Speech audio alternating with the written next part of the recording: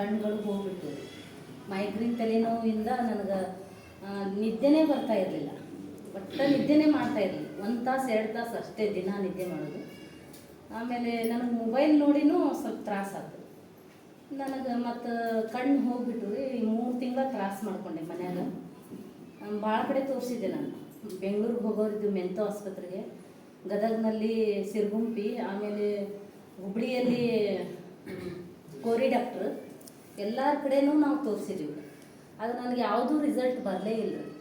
ಆಮೇಲೆ ನಾನು ನಮ್ಮ ಗಂಗಾವತಿಗೆ ಹೋದೆ ರೀ. ನಮ್ಮ ಕಾಕ ಅವರು ಸಿದ್ದರಾಮ್ ಗಮಳಿ ಗಂಗಾವತಿ ಅಂತೇಳಿ, ಅವ್ರ ಕಡೆ ಹೋಗಿಂದ ಈ ಪ್ರಾಡಕ್ಟ್ ಯೂಸ್ ಮಾಡಿ ನಿನಗೆ ಆರಾಮಾಗುತ್ತೆ ಅಂತಂದ್ರು.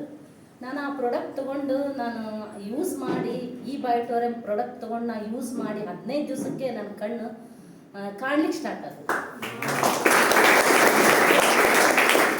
ಇನ್ನೊಂದು ವಿಷಯ ಏನಂತಂದರೆ, ನಾನು 30 ವರ್ಷದಿಂದ ಒಂದು ಎಡಗಣ್ಣು ಕಳ್ಕೊಂಡಿದ್ದೆ, ಚಿನ್ನಿ ದಂಡ ಬಡಿಸ್ಕೊಂಡು.